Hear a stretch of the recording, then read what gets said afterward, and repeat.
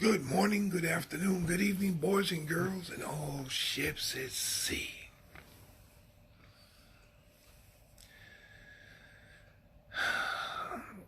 We are definitely living in interesting times. God only knows.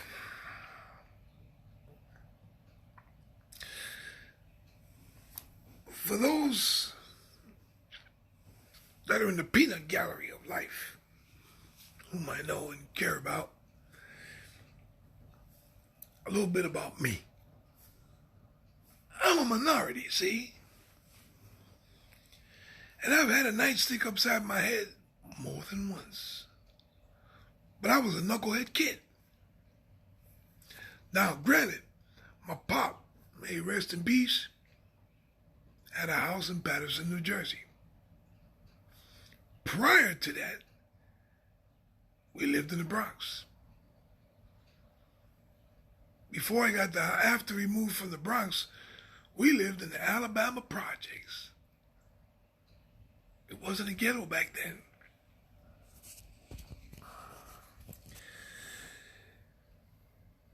It was a conglomeration of middle-class people trying to achieve the American dream. All races. Prior to that, my mother and father lived in the Bronx. So did I. My father had a house, see? But it wasn't handed to him. He got it through the VA as a World War II veteran. Now, I know some people are being agitated about me saying we're all born with the same opportunities. This is America. There are a lot of sociological issues which lead to the turmoil that we're witnessing. Now, granted, our minority leaders are about as effectual as a bull with three testicles. The sociological issues, the turmoil starts at home. My opinion. Man up to the responsibility of being a father. Now, I always say this. There's always two sides to every coin. I knew guys, dudes I hung up with, single parent, lived in Graham Ave, Park Ave, wherever. But pops always came around.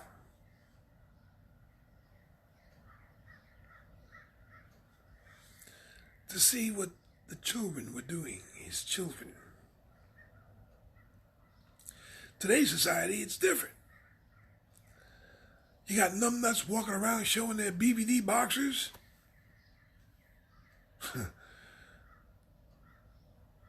Be a man, act like a man. We say systematic racism. All right, you go to a job interview. You got a bachelor's degree. But if you ain't dressed for success, you might as well stay the hell home. Now, somebody made a comment, whom I know, about me being more educated. Let's say, I would have the equivalent of a bachelor's degree in maritime science as a licensed commercial maritime captain with a Panamanian license. I got an associate's degree, got a bachelor's. I didn't waste time in the Air Force playing around, chasing after the nurses in the hospital, in the Air Force hospital I worked in at MacDill Air Force Base.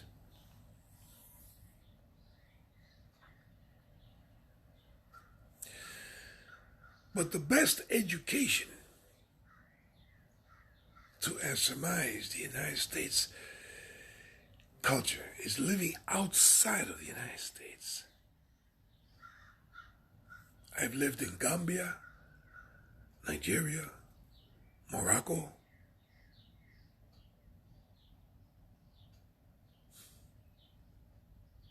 I've been to Ethiopia.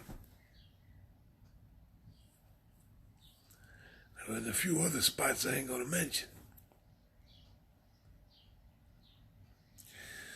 In America, my own humble opinion, that and a stack of quarters may allow me to make a phone call if we had payphones. It's easy to comment. You can be a minority, but minorities in America are not just black. Chinese, Vietnamese, Hungarians, Polish, Italians, Mexicans, even us Puerto Ricans. We're minorities. People seem to forget history. Immigrants that came from Europe faced systematic racism.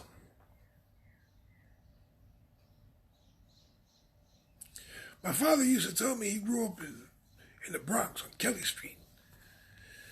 There were areas he couldn't walk because it was the Italian section. Manhattan, you had all kind of different sections. The Polish section, the Italian section, the Jewish section by Mulberry Street, and Chinatown.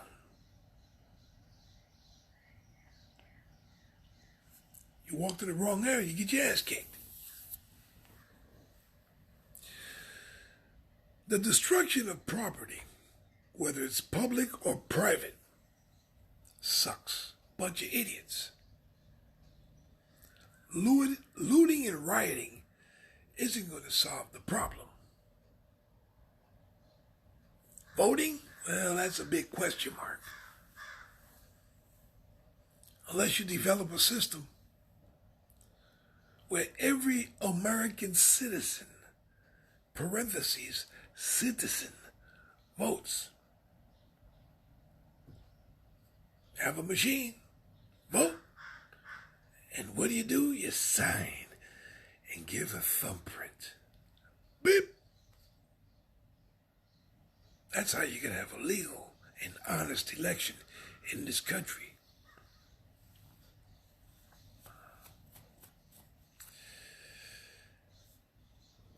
I joined the Marine Corps. Was in the Air Force. Been in spots. True brotherhood that I felt, witnessed, and part of was overseas. Buddy gave you canteen. Hey, bro, have a drink, brother.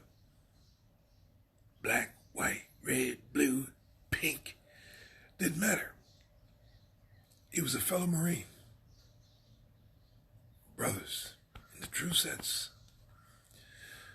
When you get a blood transfusion in a hospital, whether it's you, loved one, friend, whatever, you don't ask where the hell did the blood come from? A white dude, black dude, Chinese dude, Muslim, atheist, Christian, a trans mother? No. You're only worried about the blood being pumped into your body to save your life or that of a loved one. Now, a certain party from the peanut gallery mentioned and quoted to me, "Did you ever go hungry?" Not as a kid, but I did as an adult.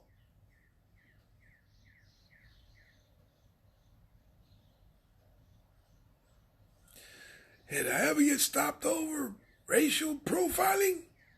Well, wasn't racial. I was probably driving over the speed limit. But appearances sometimes bring consequences and issues to a person's life. Now, a lot of people ain't going to like this, but I want to say it. And if you don't like it, screw you and the horse you rode on. Look at the... Okay, I got a neighbor, real cool dude. He moved into the complex about 5 months ago. 28. Just got out of college, married, live with his wife. Now this kid, nice guy. He's from Chicago, right? Okay, cool. Black dude, cool. He's got this freaking hairdo all rolled up on the top of his head. I was talking to him the other day because he asked me if I had a cigarette. He says, damn, Antonio, I'm trying to find a job. It's been hard. And I asked him, Maurice, with all due respect, this is America, brother. Did you ever think appearance may have something to do with it? What do you mean? Look at the hairstyle.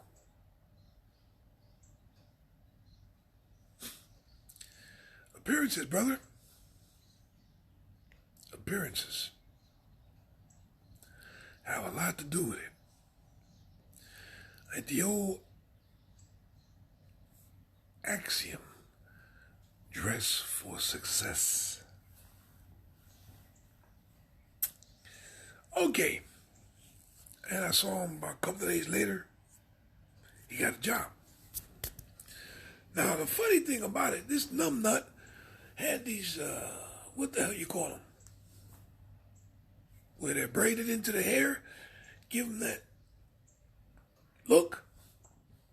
He took it off. And I saw him with his regular hair. And he looked good. And he was very happy. We don't think, man. We don't think. We don't think. In society, we are sometimes, and most times, our own worst enemies. Go figure.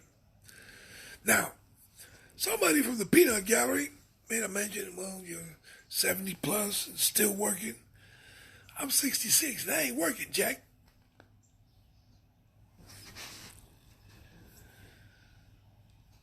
So I've had all the education that I'm going to get, that I all want. Got a couple of degrees. Feel like a Mason. But I have a PhD in life. Now somebody told me, well, Antonio, the gentleman died, George Floyd died, and yeah, he died in a very inhumane manner. Was I phased?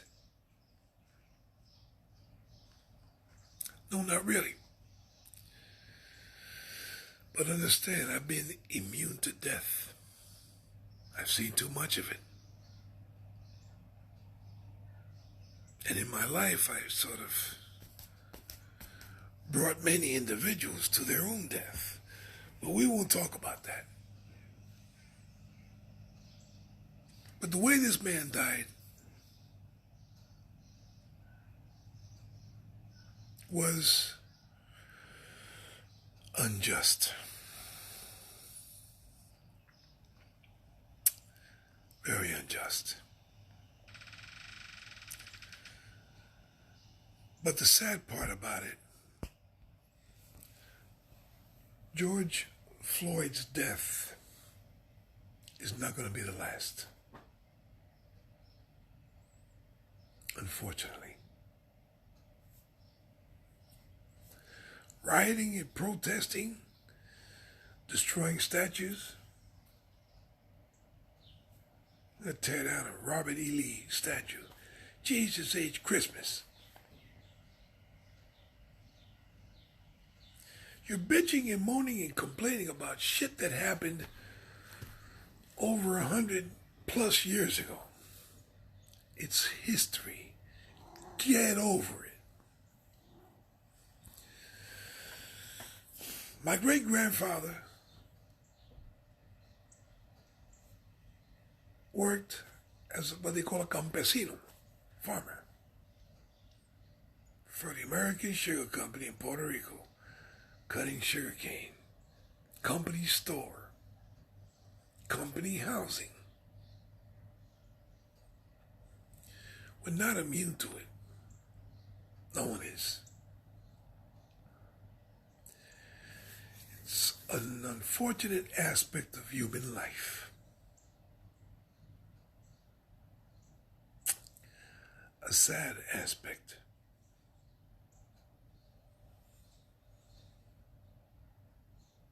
Really is. But unfortunately, another thing. Someone from the peanut gallery made a comment, knowing that I'm ex-military. Well, would you shoot a peaceful protester? Catchphrase, peaceful. Honestly, if I was active duty, got my M16, shield, and all that bullshit, you got 5,000 mofos protesting. You got maybe 500 cops? I'm sorry, maybe 500 military mofos? They probably never fired a shot in their life, only on the firing range. Now, I get popped with a rock upside the head, I'm popping somebody. As they say, don't do the crime if you can't do the time. I'm not going to stand around and get killed. Maybe if you shoot a couple of hundred of those mofos, the rest will disperse. And see that you ain't joking. Now, I know people are going to comment about that one, too. It's life. And life can sometimes be cruel and unjust. But it's still life.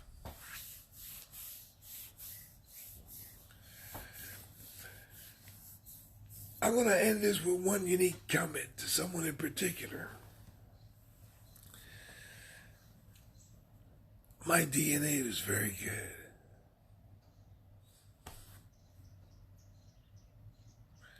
And you see the results of that, as well as your DNA. It's called our daughter. On that cheerful note, boys and girls, have a nice day.